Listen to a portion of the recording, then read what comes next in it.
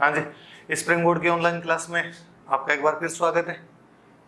पिछला जो लेक्चर था उसमें हमने राजस्थान के अभिलेख पढ़े थे और 4 अभिलेखों के बारे में उसमें मैंने आपको बताया था। राजस्थान के 4 अभिलेख पढ़े थे हमने। बड़ली का अभिलेख पढ़ा था, हमने बुचकला का अभिलेख पढ़ा था, बसंतगढ़ का अभिलेख पढ़ा था और बिजोलिया का अभिलेख पढ़ा था। और हमने उसमें कई बातें पता की कि भाई राजस्थान का प्राचीनतम अभिलेख कौन सा था, सोमेश्वर चौहान की जानकारी कौन सा अभिलेख देता है, या विग्रहराज चतुर्थ ने दिल्ली जीत ली थी ये कौन सा अभिलेख बताता है। एक नई जानकारी की भीनमाल में चावड़ा वंश हुआ करता था, तो उन चावड़ाओं की जानकारियां कौन देता है। तो ऐसे अलग अलग कई जानकारी। बुचकला अभिलेख कौन से मंदिर से प्राप्त हुआ था, या जो बरली वाला अभिलेख था वो कौन से मंदिर से प्राप्त हुआ, किसने प्राप्त किया, कई सारी जानकारियां थी। मैंने बताया था कि वो 4 अभिलेख या जो भी 40-45 मिनट की क्लास थी उसमें कम से कम 10-12 सवाल कवर हो रहे थे। आज फिर हम कोशिश करेंगे वैसे ही कुछ अभिलेख और उनसे मैक्सिमम जितनी जानकारियां हम जुटा सके उतनी कर सके। तो आज फिर हम उसका सेकंड पार्ट लेके आएंगे। राजस्थान के इंस्क्रिप्शन पढ़ेंगे, राजस्थान के अभिलेख पढ़ेंगे, इंस्क्रिप्शन ऑफ राजस्थान या राजस्थान के अभिलेख, और इसका जो पार्ट सेकंड है वो पढ़ेंगे। एक बात और देखो, मैं ये वीडियो बनाते समय इस प्लेटफॉर्म पे खड़े होके जो कोई भी बात करता हूँ, जो कोई भी पढ़ाता हूँ या जो कोई भी बीच में बोलता हूँ, मेरा एकमात्र टारगेट स्प्रिंग बोर्ड के स्टूडेंट होते हैं। हमारे जो स्टूडेंट है, स्प्रिंग बोर्ड के जो स्टूडेंट है, मैं उनसे कनेक्ट होना चाहता हूँ, उनसे ही बात करना चाहता हूँ, उनको संबोधित करना चाहता हूँ। इसलिए मेरी जितनी भी बातें यहाँ पे कही जाती है वो टोटली और टोटली उन्हीं को संबोधित करके कही भी होती है। उन बातों को आप बीच में से कोई 30 सेकंड का कुछ उठा के इधर का उधर उसमें से यदि कुछ बनाया जाए तो कुछ ही बनाया जा सकता है। बाकी हमारे स्टूडेंट के पास में जब भी वो बात पहुंचती है एग्जैक्ट उसका मर्म समझ पाता है कि मैंने क्या कहा। कि यदि मैंने उसके अंदर कहा कि ऑनलाइन पढ़ाई नहीं होती है तो इसका मतलब मैं मेरे स्टूडेंट के बारे में कह रहा था। और जहां तक मुझे पता है हमारे सारे स्टूडेंट के मेरे पास जो भी कोई मैसेज आया या कॉल आए सब वो अरे सर आपको कैसे पता चला ऑनलाइन पढ़ाई नहीं हो रही। वास्तव में हम तो नहीं पढ़ रहे हैं घर पे बैठे बैठे, आपने एकदम सही पकड़ लिया सर, कोचिंग कब खुलेगी। मैंने कहा कोचिंग तो मे भी जुलाई के अंदर खुल जाए, पूरी संभावनाएं तो है। अंदरूनी सूचना सरकार की यही है कि जुलाई के अंदर वो एजुकेशनल जो भी है उनको खोल देंगे, पर कैसे खोलेंगे क्या खोलेंगे अभी तक पूरी कोई जानकारी अपने पास में नहीं है। तो मैंने यही कहा कि भाई जितना हो सके उतना ऑनलाइन जैसे पढ़ा जा सके वैसे पढ़ लो, बाकी कोचिंग खुलेगी जब अपने पढ़ेंगे ये सारी चीजें पढ़ेंगे। मैंने और बोला यार फ्री पॉकेट में पढ़ाई नहीं होती, तो मैं शायद उन्हीं के लिए कह रहा था कि यार तुम यूं अब पढ़ा रहे हैं, भले इसमें 4 जानकारियां ज्यादा भी बता रहे हो पर तुम घर पे बैठे बैठे पढ़ते नहीं हो, और ये जब कोचिंग आते हो वहां पे फीस लगी भी होती है तो सब ढंग से पढ़ भी लेते हो, ढंग से याद भी कर लेते हो उन चीजों के। अब वो तीसरा स्टूडेंट, क्योंकि चूंकि ओपन प्लेटफॉर्म है यहाँ पे कोई सुन सकता है, कोई पढ़ सकता है और पढ़ लिया जाना चाहिए। हमारा भी यही उद्देश्य है कि वीडियो बनाए, हमारे स्टूडेंट पढ़े, कोई दूसरा भी पढ़ ले तो कोई दिक्कत नहीं, ओपन प्लेटफॉर्म है वो भी पढ़ ले इसके अंदर। पर वो यदि उसमें कोई बात ढंग की लगे तो पढ़ ले, सीख ले, ढंग की लगे तो इन वीडियो को सुन ले, ढंग की नहीं लगे तो इन वीडियो को नहीं सुने और नहीं पढ़े। मेरा आप किसी दूसरे के प्रति कोई आग्रह नहीं होता है कि मैं आपके प्रति कुछ बात बोलता हूं या नहीं बोलता हूं, क्योंकि जनता ने अलग ही धनिया कूट के रख दिया कि ऐसे कैसे कह सकते हो कि ऑनलाइन पढ़ाई नहीं होती है, कोई कहे कि फोकट की बात कैसे कर ली। फिर वो 30 ये अपने वाले मांगते मरे गई, जिन्होंने 30 सेकंड वाली किसने काटी रहे, वो 30 सेकंड वाली काट के वो फेसबुक पे और लगा दी और लोगों ने व्हाट्सएप पे स्टेटस लगा दिए उसके कि ये देखिए इस नर पिशाच को, ये मांग रहा है फीस, प्राइवेट स्कूलों का देखिए धंधा। अब किसी स्टेटस लगाने वाले को ये भी नहीं पता कि ये प्राइवेट स्कूल नहीं है, ये कोई कोचिंग की बात हो रही है, कोई दूसरी बात हो रही है। किसी टिकटॉक पे वीडियो भेज दिए, वो मेरे को इधर उधर से रिश्तेदार भेजेगी तू टिकटॉक पे है, मगर यार इतने बुरे दिन तो नहीं आए अब कम से कम। तो तुम अपने वाले ऐसे मत किया करो रहे, वापस कोचिंग खुलेगी तो मैं मिलूंगा तुमको वापस। और दूसरे वाले प्लीज पढ़ाई वाली बातों पे ध्यान दिया करो, अपने दूसरी बातों पे ध्यान देने की आवश्यकता नहीं है। और स्प्रिंग बोर्ड वाले स्टूडेंट फिर कई तो ज्यादातर के तो तुम्हारे पढ़ाई तो करनी नहीं, तुम्हारे कि भंडारा कब है, तो ऑनलाइन भंडारा तो हो नहीं, या तो एक दिन मैं ये कर लूँ कि मैं यहाँ पे रख लूँ मिठाई मैं खाता रहूँ, तुम फील ले लो कि सर आप भंडारा कर लिया। और बाकी यदि जुलाई के अंदर कोचिंग खुल गई तो जुलाई में आज जब भी कोचिंग खुल जाएगी हाथों हाथ पहले अपने भंडारा कर लेंगे, फिर पढ़ाई कर लेंगे उसके बाद में। पर पढ़ो तब तक जितना जैसे जो पढ़ा जाए उतना पढ़ लिया जाए कम से कम। चलो अब अपने पढ़ाई की बात करेंगे, तो राजस्थान के अभिलेख का दूसरा पार्ट पढ़ेंगे हम कि कौन कौन से अभिलेख, आज कौन कौन से अभिलेख लेते हैं उनकी बात करते हैं। तो आज हम एक क्वेश्चन लिखा हुआ, फिर एक क्वेश्चन लिखा हुआ कि निम्नलिखित में से कौन कौन से अभिलेख प्रतिहार राजाओं की जानकारी देते हैं। कि ये जो नीचे 4 कोई इंस्क्रिप्शन बताए हैं इनमें से कौन से ऐसे इंस्क्रिप्शन है जिनसे हम प्रतिहार डायनेस्टी की इंफॉर्मेशन प्राप्त कर सकते हैं, प्रतिहार डायनेस्टी की जानकारी प्राप्त कर सकते हैं। 4 अभिलेख लिखे हुए। कुल मिला के क्वेश्चन ये कह रहा है कि प्रतिहारों के बारे में, ये जो प्रतिहार राजा थे उनकी जानकारी मिले, क्योंकि खूब सारे वैसे लोगों के मैसेज कि या कोई सी कॉल आ जाए कि सर गुर्जर प्रतिहारों के बारे में बता दो, उनके बारे में हम क्लास में नहीं पढ़ते हैं। मुझे लगता है तुम भोंगड़ हो, कैसे नहीं पढ़ते? इंडियन हिस्ट्री में नरेंद्र सर पूरा गुर्जर प्रतिहारों का चैप्टर पढ़ाते हैं, और जो गुर्जर प्रतिहार है वो इंडियन हिस्ट्री में पढ़े जा सकते हैं। क्यों? क्योंकि गुर्जर प्रतिहारों को पढ़ाने के लिए जो ट्राइपार्टी स्ट्रगल हुआ था, त्रिपक्षीय संघर्ष हुआ था, वो पढ़ना जरूरी है। और त्रिपक्षीय संघर्ष में दो जो अदर पार्टी थी, वो एक बंगाल के पाल थे और एक साउथ इंडिया के राष्ट्रकूट थे। अब जब तक आप बंगाल के पाल और साउथ इंडिया के राष्ट्रकूट नहीं पढ़ लोगे, तब तक आप गुर्जर प्रतिहारों के बारे में नहीं पढ़ सकते, क्योंकि वो इंडियन हिस्ट्री का पोर्शन है, इसलिए हम इंडियन हिस्ट्री में पढ़ते हैं। इसलिए मैं कह भी देता हूं कि यार ये वाला जो पोर्शन है इंडियन हिस्ट्री के अंदर आ जाएगा। यहाँ अपने कोई काम की बात है तो या तो मैं इक्का दुक्का बातें को लिखवा देता हूँ, या जब टेस्ट पेपर लेते हैं तो उनके अंदर अभिलेख वगैरह पूछ लिए जाते हैं, उनसे खाना पूर्ति हो जाती है, उनसे पूरा हो जाता है। बाकी इंडियन हिस्ट्री में उनको ढंग से पढ़ते हैं, पर स्टूडेंट को यूं लगता है यार राजस्थान हिस्ट्री के अंदर तो पढ़ा है नहीं। अब वो चीज तो एक ही है, बाबू घर आना चाहिए, कौन से गेला है बोले इधर पढ़ लो, बोले उधर पढ़ लो उनको। तो अब लो मैं आज पढ़ा देता हूँ, आज के बाद ये शिकायत मत करना आप। क्योंकि कौन कौन से अभिलेख है वो प्रतिहार राजाओं की जानकारी देते हैं। 4 ऑप्शन दिए हुए नीचे। एक ऑप्शन है घटियाला अभिलेख, एक लिखा हुआ है बाउक की प्रशस्ति, एक लिखा हुआ है गोसुंडी अभिलेख, एक लिखा हुआ है चीरवा का अभिलेख। नहीं सुने हुए आपके? मुझे लगता है ज्यादा से ज्यादा आप देखते यदि पहचान पाओ तो गोसुंडी वाला पहचान पाओगे कि हाँ सर गोसुंडी, तो हम जब मेवाड़ की हिस्ट्री पढ़ते हैं तो उसके अंदर गोसुंडी वाला पढ़ते हैं, वो जब पढ़ते हैं तब उसके अंदर थोड़ी अलग सी जानकारियां मिलती थी, यार ये वाला तो नहीं होना चाहिए। फिर ये 3 बचे, घटियाला बचा, बाउक बचा, चीरवा बचा। तो इनमें से कौन सा क्या है? चलो देखते हैं इनके अंदर से कौन सा है। क्वेश्चन ये है कि प्रतिहार राजाओं की जानकारी किस किस से मिलती है।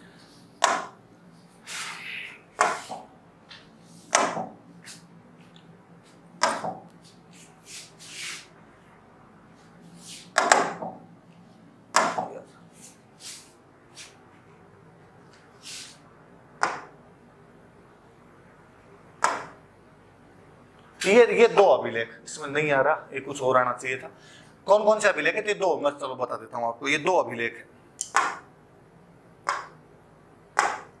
जिसमें यार ये जब बनाया था तब तो लाल पीले किए थे यार, कौन कौन से। अब चलो नहीं आ रहा, मैं बता देता हूँ। एक तो घटियाला वाला अभिलेख और एक जो बाउक की प्रशस्ति, ये दोनों हमें प्रतिहार राजाओं की जानकारी देते हैं। घटियाला अभिलेख और बाउक की प्रशस्ति, तो याद रखना। सिंपल सा कभी क्वेश्चन आएगी, बाउक की प्रशस्ति कौन से राजाओं की जानकारी देती है? तो प्रतिहार राजाओं की देती है। या घटियाला का अभिलेख कौन से राजाओं की जानकारी देता है? तो प्रतिहार राजाओं की जानकारी देता है। और ये 2 इनकी जानकारी नहीं देते। ये किसकी जानकारी देते हैं ये हम आगे और पढ़ लेंगे। इतनी बात तो ये। अब फिर इन चारों का पोस्टमार्टम करेंगे, चारों के बारे में अपनी बातें पढ़ेंगे, क्या क्या बातें,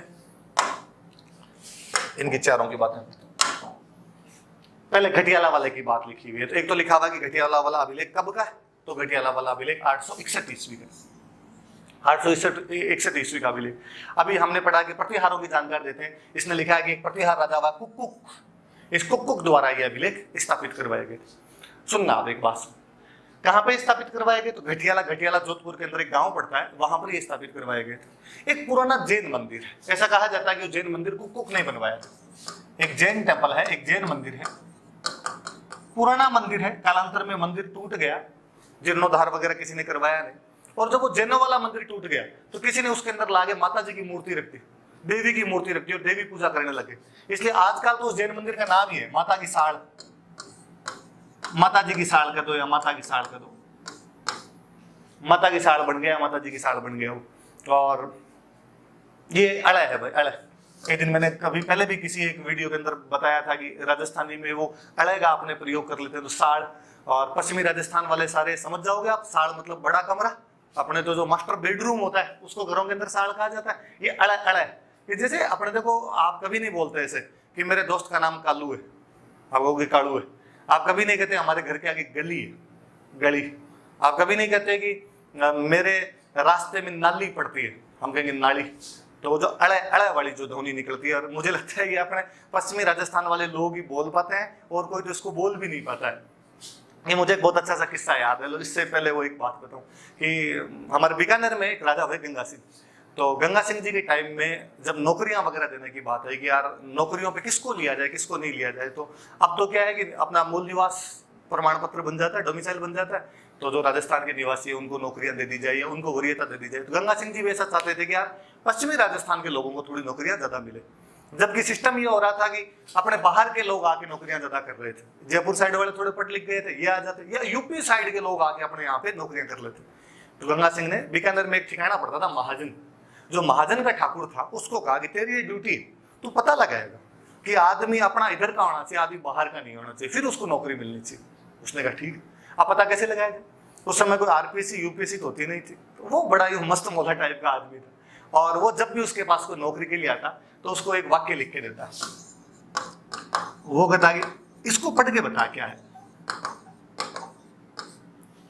ये वैसे है खड़ल खड़ल। खड़ल का मतलब होता है पानी का प्रवाह, फ्लो ऑफ वाटर, कि जब पानी बहता है तब अपने राजस्थानी के अंदर कहा जाता है कि भाई पानी खड़ल खड़ल करता हुआ चल रहा था या पानी बह रहा था, तो उसके लिए इस ध्वनि का प्रयोग किया जाता है। कोई बाहर का आदमी होगा उससे अड़े नहीं बोला जाएगा, वो कालू नहीं बोल पाता, बात है वो कालू ही बोलता है, तो वो इसको बोलता खलल, वो इसको बोलता खलल खलल। और कोई जैसे ही बार बार आगे कहता वो पूछते हुए क्या लिखा हुआ है, किसी ने कह दिया खलल खलल लिखा हुआ है तो ठीक है आजा नौकरी कर ले, और किसी ने कहा नहीं ये तो खलल लिखा हुआ है, तो कहते भाई साहब तेरी नौकरी में खलल पैदा होगी, क्योंकि खलल का मतलब होता है बाधा, ऑब्स्टेकल, बीच में बाधा उत्पन्न होना। तो अगर नहीं भाई तू तो यहाँ पे नौकरी नहीं कर सकता। तो वैसे ही भाई ये अड़ा अड़ा शब्द होता है। जैसे अपने नए का बहुत कम प्रयोग किया करते थे, अपने अणे का प्रयोग करते, और अणे तो अपने ऐसे नहीं लिखते थे, अणे तो अपने लिखते भी ऐसे। तो वो थोड़े अलग सी उस टाइम भाषा चला करती थी, अपनी अलग सी एक लिपि चला करती थी, तो उस लिपि के अंदर ऐसे अक्सर ही ऐसे थे, अपने बोलने में भी इनका यूज लिया जाता था। तो चलो अपने इस मूल बात पे हैं। तो ये एक जैन मंदिर है, टूट गया, किसी ने माता जी की मूर्तियां रख दी, इसलिए उस मंदिर को बोलने लगे माता की साड़। अब देखना, अब बात लिखा हुआ इनमें से एक लेख है, वो एक प्राचीन जैन मंदिर जिसको माता की साड़ कहते हैं, वहां पे प्राकृत भाषा में लिखा हुआ है। पुरानी जो प्राकृत भाषा आपने चला करती थी, उस प्राकृत भाषा के अंदर एक लेख खोदा हुआ है, उत्कीर्ण किया हुआ, उत्कीर्ण मतलब एनग्रेव, खोदना, खोदा हुआ है, वहां पे खुदाई की। और प्राकृत में भी ये महाराष्ट्री है, महाराष्ट्री प्राकृत है जिसके अंदर इसको उत्कीर्ण किया गया, महाराष्ट्री प्राकृत के अंदर। और 4 लेख और है जो इस मंदिर के पास में एक जगह और है, खाखू देवल, खाखू देवल नाम की जगह है, वहां पे 4 लेख और लगे हुए हैं, और वो चारों लेख संस्कृत भाषा में। कुल मिला के माता के साड़ में एक लेख है जो प्राकृत भाषा में, पास में एक जगह थोड़ा सा दूर चलते घटियाला के अंदर एक जगह खाखू का देवल, वहां पे 4 लेख और। वो जो 4 लेख है वो एक पिलर पे लगे हुए, एक पिलर के साइड के अंदर वो 4 लेख लगे हुए। वो जो पिलर है उस पिलर के ऊपर 4 गणेश जी की मूर्ति लगी हुई, गणपति की मूर्ति लगी हुई है। तो ये भी याद रखना कि घटियाला वाला जो शिलालेख है उसमें गणपति की मूर्तियां लगी हुई, 4 मूर्तियां लगी हुई, नीचे 4 ही लेख है उसके ऊपर। वो जो 4 लेख है उनमें से जो पहला लेख है, अलग अलग 4 लेख है, एक लेख में 20 लाइनें हैं, एक में 11 लाइनें हैं, एक में 2 लाइनें, एक में 4 लाइनें। जो पहला लेख है उसका 20 लाइनों वाला, वो जो माता की साल वाला प्राकृत वाला लेख है, इसकी कॉपी। क्या आप यूं कहिए कि माता की साल वाला प्राकृत वाला लेख और जो कॉलम या पिलर के ऊपर, जो स्तंभ के ऊपर, जो खाखू देवल के ऊपर जो पहला लेख लिखा हुआ है, जो संस्कृत में लिखा हुआ है, वो दोनों एक जैसे, लगभग लगभग एक जैसी चीजें हैं। कोई थोड़ा बहुत ऊपर नीचे हो जाए तो भले ही, बाकी एक जैसे। और 3 लेख नीचे और लिखे हुए हैं, तो एक प्राकृत भाषा में, 4 इधर जो लगे हुए हैं वो आपके संस्कृत भाषा के अंदर लगे हुए हैं। क्या है इनके अंदर मिलता क्या है? तो चूंकि कुक के टाइम के हैं तो कुक तक राजाओं की वंशावली मिलती है, जीनियोलॉजी इसके अंदर दी हुई, वंशावली दी हुई। तो कहां से शुरू की? तो शुरू की उन्होंने हरिश्चंद्र नाम के किसी राजा से शुरू करके यहाँ तक प्रतिहारों की वंशावली दी। मैं अभी ये वंशावली पूरी आपको और बता दूंगा, कौन कौन राजा कैसे कैसे बने थे उनकी जानकारी दे दूंगा, याद रखनी। हरिश्चंद्र से लेके कुक प्रतिहार तक की वंशावली मिलती। 2 जो लेख है संस्कृत वाले, जो 2 लेख है उनमें से एक लेख शुरू किया हुआ है विनायक से, एक लेख शुरू किया हुआ सिद्धम से। विनायक नाम आते वापस याद रखना, गणेश जी की 4 मूर्तियां लगी हुई, उसके ऊपर गणेश जी को संबोधित करते हुए लिखे हैं।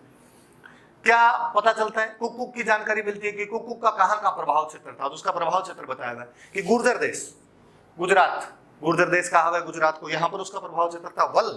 वल बोलते थे जैसलमेर, जैसलमेर का कुछ इलाका था, इसको वल मंडल कहा जाता था। माड़ भी जैसलमेर को ही कहा जाता था, तो माड़ वाले इलाके। शिव बाड़मेर के अंदर ही, मलानी वही बाड़मेर वाला जो बेल्ट पड़ता है। पचभद्रा जिसको आजकल अपने पचपद्रा बोलने लगे। त्रिवेणी, एग्जैक्टली इतिहासकार नहीं जान पाए पर ज्यादातर ऐसा कहा जाता है कि जो त्रिवेणी है या त्रिवेणी है ये फलोदी, अपना आज का जो फलोदी है इसको त्रिवेणी कहा जाता था। अज ऐसा माना जाता है कि मध्य प्रदेश की तरफ जो इलाका था इसको अज कहा जाता था।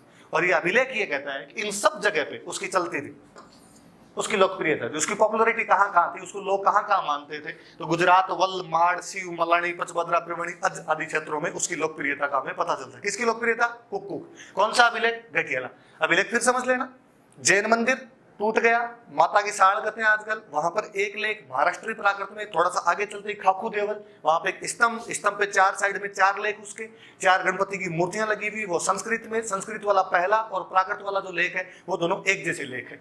तो ये सारी बात है, और वो इसको एक ये याद रख लेना कि विनायक और सिद्धम को संबोधित करते हुए लिखे गए, और हरिश्चंद्र से लेके कुक्कुक तक की वंशावली या जीनियोलॉजी हमें वहां से मिलती है। चलो अब इसके बाद में आगे इसमें और क्या जानकारी आपने, वही घटियाला अभिलेख ही चल रहा है। इसमें ये जानकारी मिलती है कि ये जो प्रतिहार थे, इन प्रतिहारों की राजधानी थी मंडोर। मंडोर जो मंडव्य ऋषि का आश्रम हुआ करता था, कहते हैं कि यहाँ पर मंडव्य ऋषि का आश्रम था और इसलिए इसका नाम मंडोर पड़ गया। हम और भी कहते हैं कि मंडोर रावण का ससुराल हुआ करता था, जो रावण था उसकी शादी मंडोर के अंदर हुई थी। अपने तो आज भी वहां मंडोर के आसपास में जो ब्राह्मण रहते हैं उनके लिए कहा जाता है कि वो रावण के ससुराल से बिलोंग करते हैं। और रावण की जो पत्नी थी मंदोदरी, तो मंदोदरी के लिए कहा जाता है कि मंदोदरी यही की राजकुमारी थी मंडोर, और चूंकि वो मंदोर की राजकुमारी थी इसीलिए उसका नाम मंदोदरी पड़ गया। वैसे मंदोदरी का नॉर्मल मीनिंग होता है मंद है उदर जिसका, पतली कमर वाली महिला। तो अपने टाइम की 0 फिगर रही होगी ये, तो इसलिए मंदोदरी नाम पड़ गया होगा कोई। तो ऐसा कहा जाता है कि चूंकि उसकी राजधानी मंडोर थी, तो एक तो मंडोर में और एक घटियाला जहां पर वो अभिलेख लगवा रहा है, वहां पर दोनों पर उसने कोई विजय स्तंभ लगवाए थे। जय स्तंभ कर दो, विजय स्तंभ कर दो, विक्ट्री टावर कर दो, कि वहां पे उसने ऐसे पिलर लगवाए थे दोनों जगह पे। कहां पे? घटियाला पे और मंडोर में। किसने? कुक्कुक ने लगवाए। फिर कुक्कुक के बारे में ये लिखा हुआ है कि घटियाला के बारे में बताया उसने कि घटियाला में जो अभिलेख लगवाता तो वो कहता है क्या घटियाला का एक तो वो नाम बताता है रोहिंस्कूप, इसका पुराना नाम, और कहता है यहाँ अभीरों ने उपद्रव कर दिया था, रिवोल्ट कर दिया था। आबिर सबसे इतिहासकार अंदाजा लगा देंगे अहीरों के बारे में कहा, अहीरों के बारे में बात कही होगी कि अहीरों ने उपद्रव कर दिया था। पर कुक्कुक जाता है, उन अहीरों को दबाता है, वहां पे उनका जो रिवोल्ट था उसको शांत करता है, सप्रेस करता है उसको, और उस जगह को रहने लायक बनाता है। किसके रहने लायक? ब्राह्मण, महाजन और क्षत्रिय, 3 वर्णों का उल्लेख। किन 3 वर्णों के लोगों के रहने के लिए इसको बनाया गया? ब्राह्मण, महाजन और क्षत्रियों के रहने के लिए इसको बनाया गया। और महाजनों को तो उसने कहा कि भाई साहब दुकान खोलो, आराम से रहो, तुम्हें कोई तंग नहीं करेगा। हो सकता है पहले वहां दुकान खोली जाती है और कोई आगे मांग लेता हो, गिले चौथ वसूली दे, हमें टैक्स दे, तब हम यहाँ दुकान खोलने देंगे। पर इसने कहा अब चिंता ही मत करो, अब तुमसे कोई टैक्स नहीं लेगा, तुम मेरी शरण के अंदर हो, मैं तुम्हारी रक्षा करूंगा, मैं यहाँ पे पीसफुल एनवायरमेंट लेके आऊंगा। तो उसने बाजार बनवाए थे यहाँ पे महाजनों के लिए, और उस जगह को महाजनों को दुकानें वगैरह खोल के दिया था, एक व्यापारिक केंद्र के रूप में उस जगह को स्थापित कर दिया। किसने लिखे? तो ऐसा कहा जाता है कि मातृ रवि नाम का मग ब्राह्मण था, उसने ये अभिलेख लिखे तो उसने उत्कीर्ण किसने की, मतलब खोदे किसने? तो खोदने की बात आती है तो कहा जाता है कि एक सुनार था, गोल्ड स्मिथ था, कृष्णेश्वर, उसने ये खोदे। इन मग की थोड़ी और बात बताओ। इन मग ब्राह्मणों के लिए कहा जाता है कि शाक द्वीपीय ब्राह्मण है, शाक द्वीपीय ब्राह्मण है, और इनके लिए कहा जाता है कि ये जैनों के मंदिरों में सेवा करते थे, जैन मंदिरों में सेवा करते इसलिए इनको सेवक कहा जाता है। और ओसवाल जाति होती है उनके आश्रित थे, ये भी थोड़ा सा याद रख लेना कि भाई किसके आश्रित थे, कहां पर सेवा करते थे। तो जो मग ब्राह्मण थे वो 7 द्वीपीय ब्राह्मण थे, ओसवाल जैनों के आश्रित थे, जैन मंदिरों में सेवा करते थे, जैन मंदिरों में सेवा करते थे, इसलिए इनको सेवक कहा जाने लगा। ओसवाल अपने यहाँ पे खूब रहते थे। ओसवाल रहते, इसका उदाहरण ये है कि आपने तो ओसियां का तो अपने कहते हैं कि भाई ओसवालों का मुख्य स्थान ही था, और खूब सारे गुर्जर प्रतिहारों ने यहाँ पर मंदिर भी बनवाए थे। ओसियां का तो नाम ही अपने मंदिरों का शहर ही पड़ गया था। गुर्जर प्रतिहार चली खूब सारे मंदिर, इसे अलग वीडियो में हम उन मंदिर वगैरह की और बात करेंगे। तो वो ओसियां जो है वो अपने आप में ओसवालों का उल्लेख करता ही, उसके बारे में बताता है, और ये अभिलेख भी इस बारे में इशारा करता है कि भाई जो मग ब्राह्मण थे वो जैनों के मंदिरों में सेवा करते इसलिए सेवक कहलाते थे, ओसवालों के आश्रित थे, शाकद्वीप के ब्राह्मण थे। और ऐसा ही एक मग ब्राह्मण था मातृ रवि, जिसने अभिलेख लिखा था। और एक सुनार था कृष्णेश्वर, या सुवर्णकार था, गोल्ड स्मिथ था कृष्णेश्वर, उसने इसको खुदाई की थी, उसने इसको खोदा था। और ऐसा कहा गया कि संस्कृत वाला, मैंने कहा कि संस्कृत वाला पहला और प्राकृत वाला जो है वो सेम है। तो इसमें कहा जाता है कि इनमें से कुछ लाइनें कुक्कुक की लिखी हुई, खुद की लिखी हुई। तो इससे पता चलता है कुक्कुक इंटेलिजेंट आदमी, और राजा होने के साथ साथ एक लेखक भी। कि संस्कृत के पहले लेख का लेखक कुक्कुक है, और प्राकृत लेख है उसका जो अंतिम श्लोक था वो कुक्कुक के द्वारा लिखा गया था। इससे ये पता चल रहा है भाई कुक्कुक एक इंटेलिजेंट आदमी। फिर इस अभिलेख में और कुक्कुक के विशेषताएं बताई गई खूब सारी। उसको कैसे लोग पसंद है, कैसी चीजें पसंद है, उनके खूब अच्छे से इसके अंदर वर्णन किए। और आगे बढ़ते हैं इसके बाद।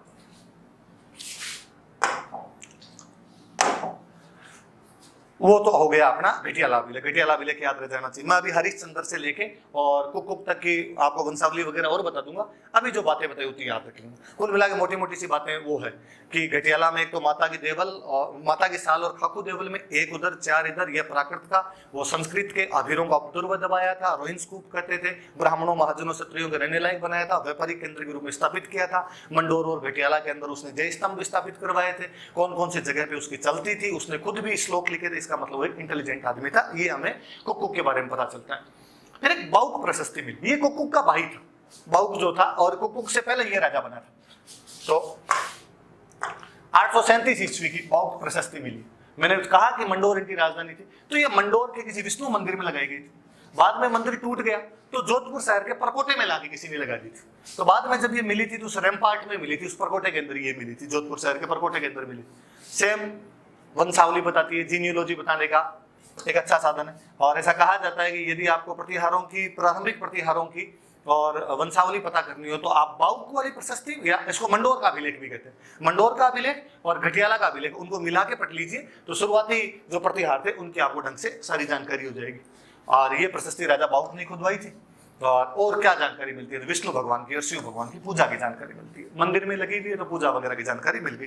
कुल मिला के याद रखने वाली बात इसमें इतनी है। बाउक प्रशस्ति कब की? 837 की। बाउक कुक का भाई था, वही प्रतिहारों की वंशावली बताती है। विष्णु मंदिर में लगी हुई थी, बाद में किसी ने शहर पना के अंदर लाके लगा दी थी। इसके बारे में और कोई ज्यादा बातें नहीं। तो ये दो तो देख लो, दोनों प्रतिहारों के बारे में। अब आगे गोसुंडी वाला अभिलेख। ये अपने क्लास में पढ़ा होता है तो मेरे बताने लायक कोई ज्यादा बातें नहीं, फिर भी मैं थोड़ी बातें बता दूं। कब का? बहुत पुराना अभिलेख है, 2री शताब्दी ईसा पूर्व का एक अभिलेख। चित्तौड़ में एक जगह पड़ती है नगरी, मैंने पहले किसी क्लास में भी बताया होगा। नगरी या माध्यमिका, शायद पिछले वीडियो के अंदर ही बताया था कि माध्यमिका, जिसको हम बाद में नगरी भी कहने लग गए थे, जो प्राचीन सिवी जनपद जो अपना हुआ करता था, उस सिवी जनपद की राजधानी थी, जिसका वर्णन हमारे पतंजलि के महाभाष्य में आता है, जिसका वर्णन हमारे महाभारत के अंदर आता है कि जब नकुल दिग्विजय यात्रा पर निकला था तो माध्यमिका होकर निकला था।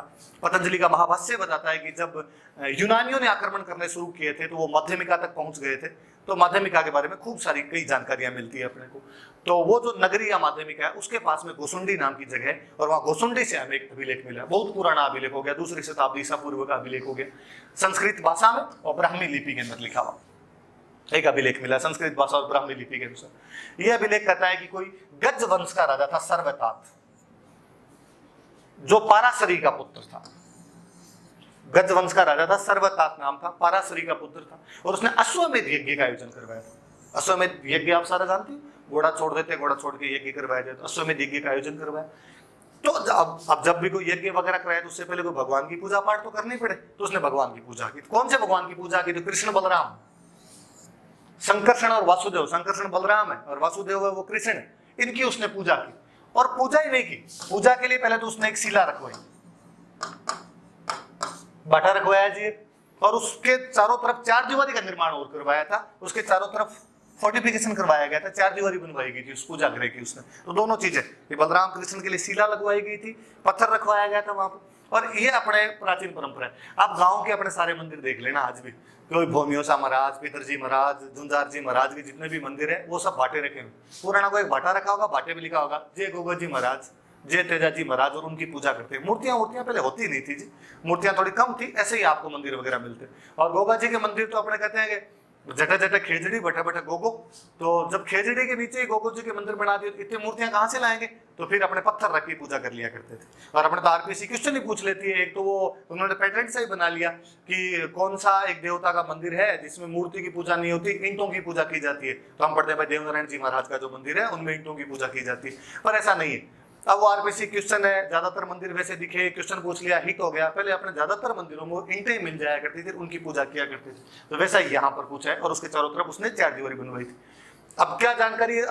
अभिलेख ये वैष्णव संप्रदाय, भाई भगवान विष्णु की पूजा कर रहा है तो आप वैष्णव संप्रदाय कह दो, या भागवत,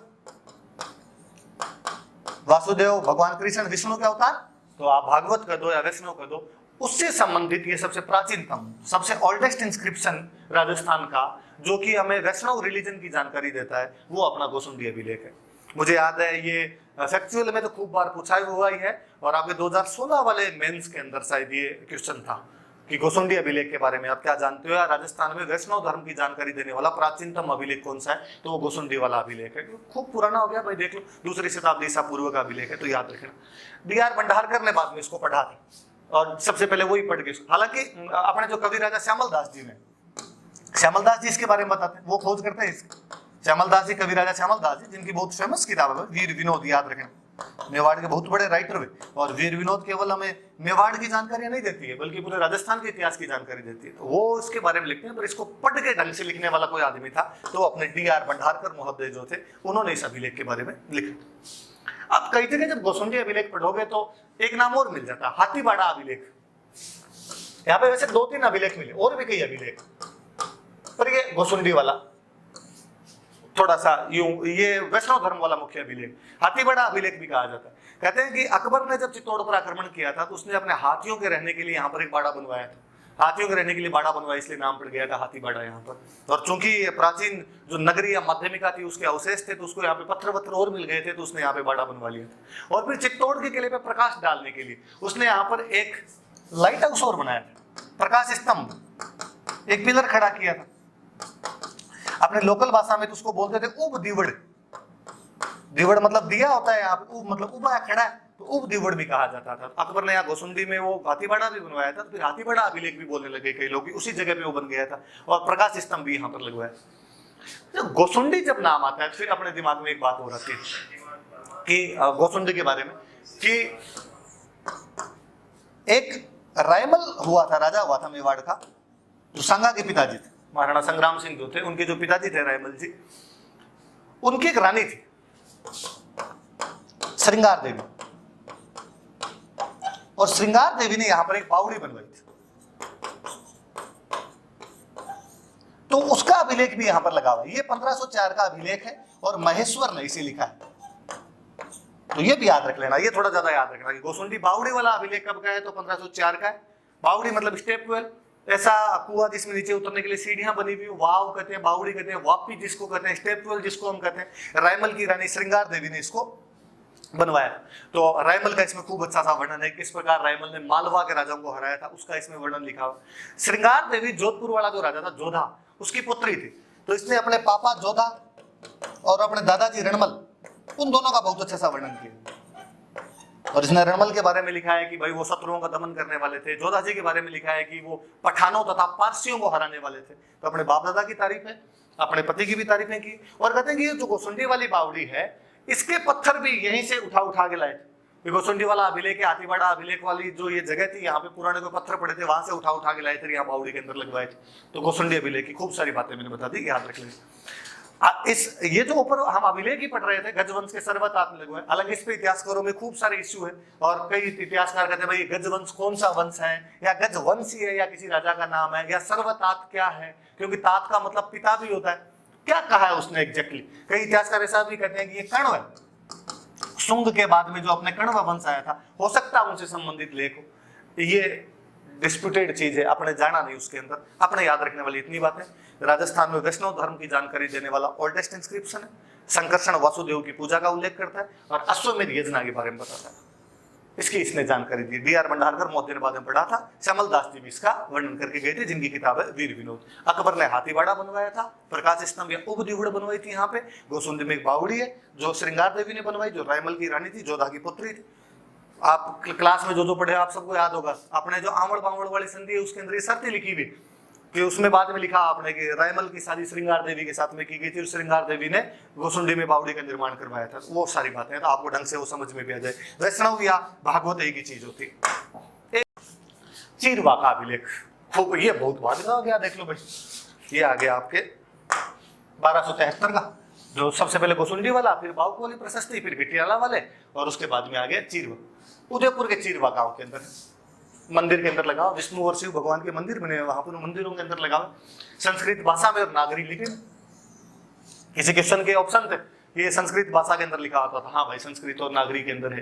क्या बताता है, चूंकि मेवाड़ है तो मेवाड़ के राजाओं के बारे में बताएगा। मेवाड़ में कौन सा वंश, तो गोहिल वंश। गोहिल वंश का पहला बड़ा राजा कौन, तो बापा।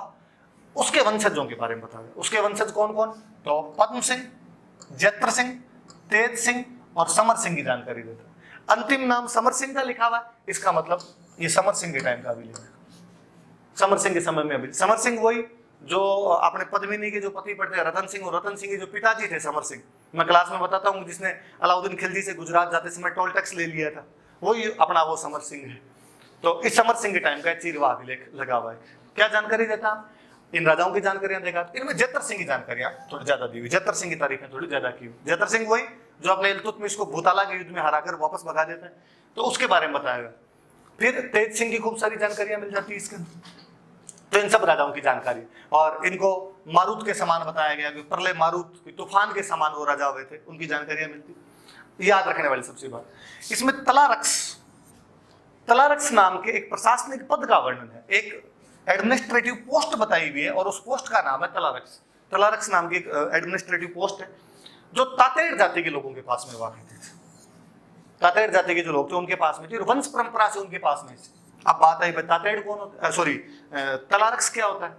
तो वह व्यक्ति, वह प्रशासनिक अधिकारी जो अच्छे लोगों की रक्षा करे तथा दुष्ट आदमियों को दंड दे, उसे तलारक्स कहा जाता है।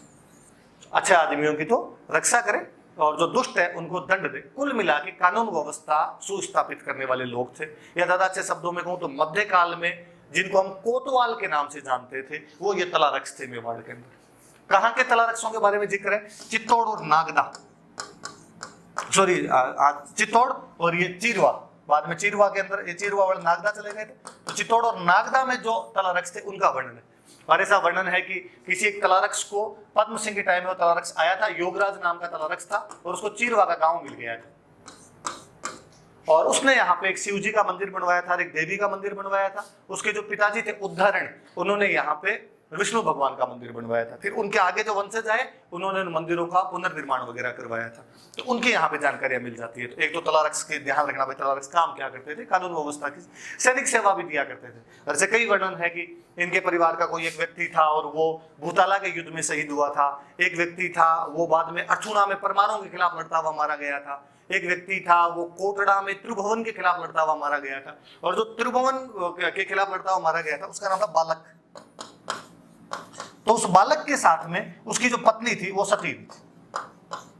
उसकी पत्नी सती, पत्नी का नाम था भोली। भोली नाम की जो उसकी पत्नी थी वो उसके साथ में सती हुई। ये सती प्रथा की जानकारी देने वाला भी अभिलेख है। तो सती प्रथा के बारे में भी हमें बताता है। इससे तो एक बड़ी जोरदार चीज और पता चलती है।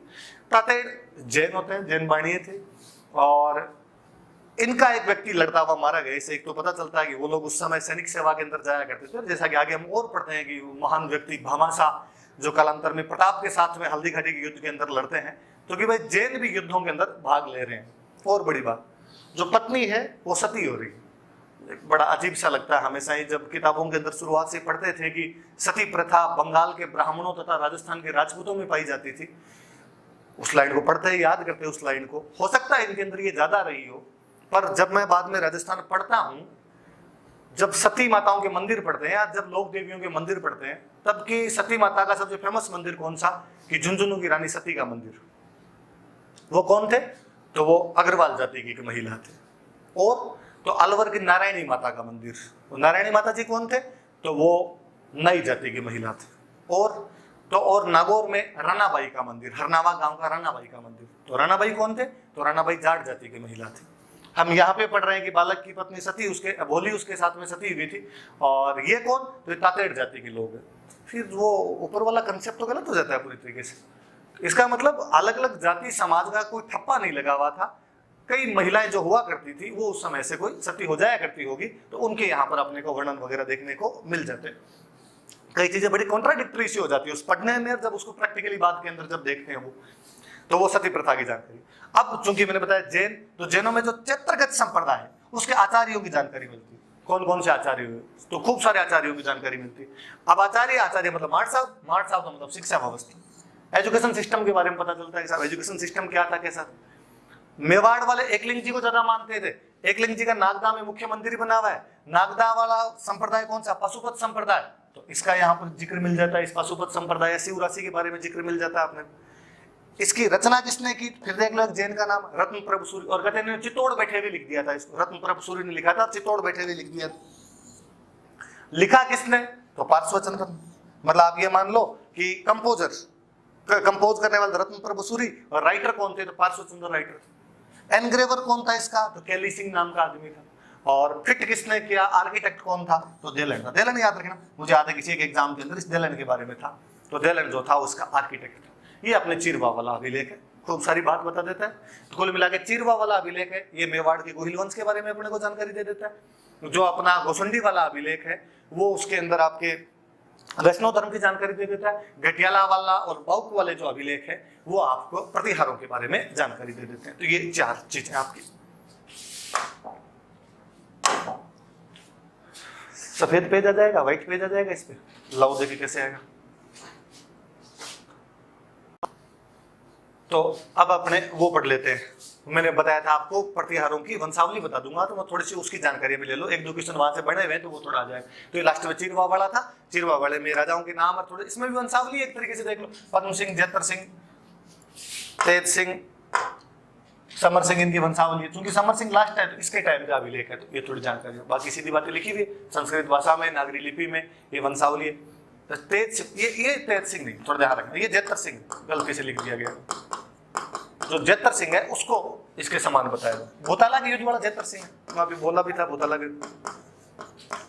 तो उसको इसमें प्रलय मारुत मतलब तूफान, मारुति नंदन हनुमान जी को कहते हैं अपने, उनके समान इसके अंदर बताया गया। और ये तलारक्स वाला थोड़ा याद रख लेना, मैंने बता दिया। मंदिरों के शिव मंदिर और विष्णु मंदिर बनवाए थे उनकी जानकारी है। इनके परिवार की एक महिला सती विधि, सती प्रथा की जानकारी है। ये जैन थे, उन जैनों के आचार्य है, तो शिक्षा व्यवस्था की जानकारी है इसके अंदर। वहाँ नागदा में एकलिंग जी का मंदिर बना हुआ था, तो वहाँ एकलिंग जी की वो जानकारियां मिल जाती है। ये थोड़े नाम याद रखना कि इसके कंपोजर थे रत्न प्रभु सूरी, राइटर थे पार्श्वचंद्र, एनग्रेवर थे कैली सिंह, और इसका आर्किटेक्ट था देलन। चलो अब लो आगे वाला मैं बता दूं आपको। वंशावली थोड़ी सी बता देता हूँ। अभी हमने पढ़ा था कि वो राजा हरिश्चंद्र से लेके कुक तक का वर्णन करती है। तो हरिश्चंद्र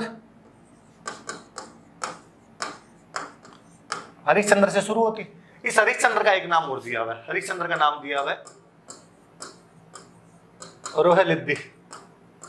रोहेलद्दी नाम दिया हुआ है।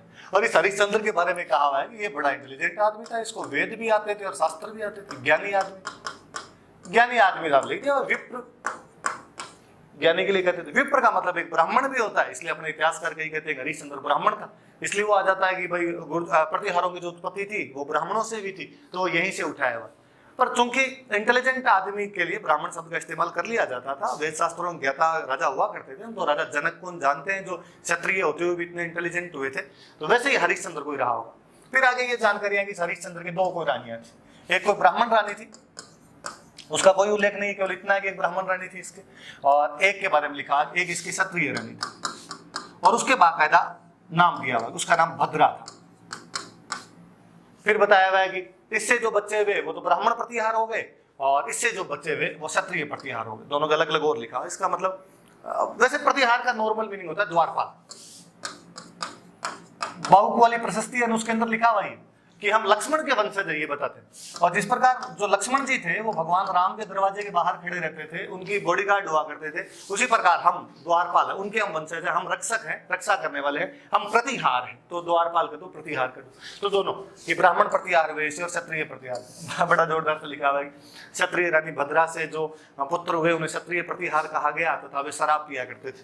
मुझे लगा कि ये नहीं भी लिखता तो भी ऑब्वियस सी बात है, लोग समझ जाते कि इधर वाले पीते ही होंगे थोड़े। अब फिर इसके बेटों के उल्लेख दिए हुए कि इसके कौन कौन बेटे हुए क्या हुए, तो नाम लिखा हुआ कि भाई भोग भट्ट हुआ था, कक हुआ था, एक हुआ था रज्जिल, और एक हुआ था दह। 4 हुए थे, 4 नाम देख लो आप कि भोग भट्ट, कक, रज्जिल और दह नाम के 4 इसके बेटे हुए थे। और ये चारों बड़े यूं बलशाली हुए, और इन चारों ने मिलके, और जो मंडोर था, मंडव्यपुर जिसको हम कह रहे हैं, उस मंडोर के अंदर 4 दीवारी का निर्माण करवाया था, परकोटा बनवाया था, रैम्पार्ट बनवाया था। यहाँ पे परकोटा का दो, प्राकार का दो, रैम्पार्ट का दो, उसका निर्माण करवाया। इनमें रज्जिल ज्यादा शक्तिशाली निकला, इसलिए जो बाद में मंडोर का राजा बना था वो रज्जिल बना था। तो यहां से बाद में ढंग से इन राजाओं की जानकारी मिलती। दह के बारे में कहा जाता है कि ये गुजरात की साइड में चला गया था, बड़ौंच। तो जो बड़ौंच के गुर्जर प्रतिहार है उनकी जो वंशावली है वो इस दह से शुरू होती है, और ऐसा माना जाता है कि वो दह यही है। और इनकी राजधानी हुआ करती थी नांदीपुरी। ये थोड़ा सा देख लेना आपके हरिश्चंद्र की क्षत्रिय पत्नी भद्रा से भोग भट्ट कक रज्जिल और दह हुए। दह तो बड़ौत चला गया जिसकी राजधानी नंदीपुरी थी। इन चारों ने मिलकर मंडोर की 4 दीवारी रैम्पार्ट का निर्माण करवाया था। और रज्जिल जो था, रज्जिल यहाँ पे आगे मंडोर का राजा बनता है। अब रज्जिल ने क्या किया, रज्जिल से आगे पढ़ लेते हैं।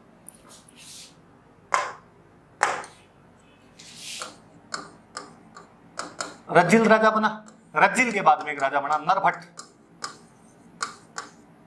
अरे बड़ा बलशाली आदमी हुआ, बलशाली हुआ तो बड़ी जोरदार उपाधि दे दी यार, बड़ा यूं अजीब सा वल्गर सा शब्द है, आप पढ़ लेना यार क्या लिखा हुआ है, कौन पढ़े अब इसको, पर ये इसकी उपाधि है इस बंदे की, कोई पूछ ले तो याद रख लेना।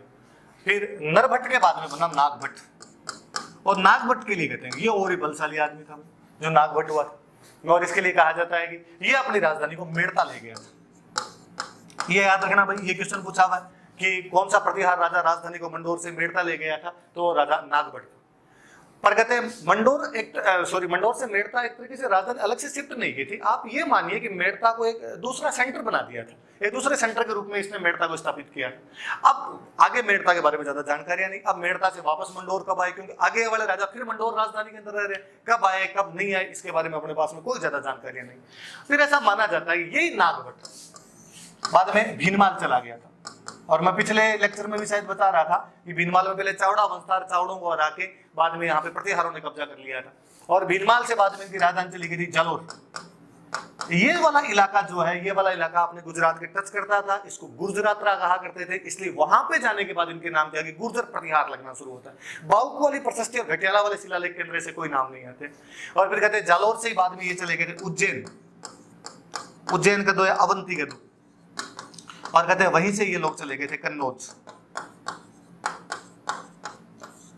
इसलिए भीनमाल, जालोर, उज्जैन या कन्नौज के जो भी प्रतिहार हुए थे उनकी वंशावली यदि शुरू होती है तो नागभट्ट से शुरू होती है, उससे पहले वालों के वर्णन नहीं मिलते। लेकिन जब पीछे से हम जोड़ के देखते तब हमें लगता है कि यार ये हरिश्चंद्र वाली वंशावली चलती आ रही होगी और नागभट्ट ने उधर जाके अलग अलग क्षेत्रों में अपने राज्य स्थापित कर लिए होंगे। इस नागभट्ट की खूब तारीफें की हुई, ग्वालियर प्रशस्ति में इसको मल्लच्छों का नाशकन बताया हुआ है। पर अपने याद रखने वाली बात यह है कि बाद में भीनमाल वाली वंशावली कहां से शुरू होती है तो नागभट्ट से, या मेड़ता को राजधानी किसने बनाया था तो नागभट्ट ने बनाया। इसके कोई 2 बेटे, एक बेटा हुआ तात और एक बेटा हुआ भोज। तात ने तो कोई राजकाज किया नहीं। तात ने कहा अपने को राजकाज में कोई भरोसा नहीं है, ये दुनिया ये महफिल काम की नहीं है। और वो तो भाई मंडोर आ गया था और मंडोर में आके आश्रम के अंदर अपना सन्यासी का जीवन बिताने लग गया। इसको समझ में आ गया था कि दुनिया पितड़ की है, कोई मतलब नहीं है यहाँ पे रहने का। और भोज जो इसका छोटा भाई था इसको अपना राजकाज दे दिया। पर भोज के बाद में भोज का बेटा राजा नहीं बना, उसके बाद में वापस इसी का बेटा राजा बना। जो तात था इसी का बेटा राजा बना, यशोवर्धन। इसका मतलब तात ने संन्यास धारण करने से पहले अपनी वंशावली तो चला ही दी थी, कबर वबर तो पैदा कर ही दिए थे। फिर इसके बाद में एक बना चंदुक, चंदुक के बाद में एक बना सिल्लुक।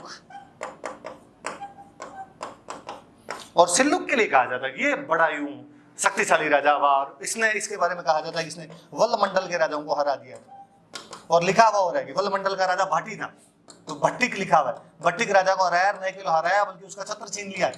और हम सुनते हैं कि जैसलमेर वाले जो भाटी है वो भगवान कृष्ण के वंशज, भगवान कृष्ण का जो छत्र था वो उनके पास में था, और इसलिए उनका एम्बलम भी है छत्राला यादवपति। तो ये कहने का मतलब ये है कि वल्ल मंडल मतलब जैसलमेर और वहां के राजा को हराकर, भट्टी राजा को हराकर उसका छत्र छीन लेता है। थोड़ी सी वंशावली याद रखना कि तात भोज राज भोज करता है वैसे तो, लेकिन भोज के बाद वापस यशोवर्धन बनता है, फिर चंदुक बनता है, फिर ये सिल्लुक बन जाता है। इसके बाद में सिल्लुक के बाद में यहां पर एक राजा बना जोट।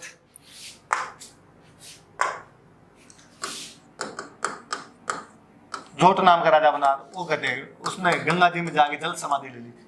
उसके बाद में कोई एक राजा बना था भिलादित्य, और भिलादित्य के बारे में भी कहा जाता है कि वो भी हरिद्वार चला गया था और हरिद्वार में जाके उसने भी अपनी देह त्याग दी थी। ये सनातन की परंपरा थी कि व्यक्ति जब मृत्यु को नजदीक देखता था तो संन्यास आश्रम ग्रहण कर लिया करता था, पवित्र स्थानों पे चले जाया करता था और वहां पे अपने शरीर का त्याग कर दिया करता था। कुछ कुछ जैनों के संथारा जैसी सी व्यवस्था हुआ करती थी, एग्जैक्टली वो नहीं पर ऐसे ही संन्यास आश्रम का अंतिम रूप था। फिर इसका बेटा हुआ था कक, और इसके बारे में कहा जाता है कि ये बड़ा शक्तिशाली था। इसने मुंगेर के युद्ध में गोड़ों को हराया था। गोड़ मतलब बंगाल, बंगाल वालों को हरा के। और ये जो अपने बाद में आगे चल के जो गुर्जर प्रतिहार राजा हुआ बड़ा वत्सराज, जो त्रिपक्षीय संघर्ष में भाग लेता है, ये उस वत्सराज का सामंत था। फिर कहा जाता है इसके दो रानियां थी, एक इसकी रानी थी वो तो थी भटियाणी रानी थी, भाटी रानी थी, उसका नाम तो था पद्मिनी, और एक जो रानी थी उसका नाम था दुर्लभ देवी। पद्मिनी के जो बेटा हुआ था वो हुआ था पाउक, हमने पढ़ा पाउक की प्रशस्ति, और दुर्लभ देवी के जो बेटा हुआ था वो हुआ था कुक, जिसके हमने घटियाला वाले अभिलेख पढ़े थे। तो जो मैंने आपको बताया कि हरिश्चंद्र से लेके और कुक तक का वर्णन मिलता है, तो वो सब यहाँ तक के वर्णन। कुक की सारी जानकारी मैंने बता दी कि उसने क्या क्या किया था, क्या क्या नहीं किया था, किस किस को हराया था, कैसे क्या पढ़ता था, क्या लिखता था, वो सारी बातें घटियाला वाले शिलालेख में हमने पढ़ ली। तो ये 4 शिलालेख आपको और पढ़ना, अगली क्लास में अपने थोड़े ढंग के शिलालेख और पढ़ेंगे, तो इस माध्यम से शिलालेख भी हो जाते हैं और उनकी थोड़ी सी हिस्ट्री भी हो जाती है। धन्यवाद।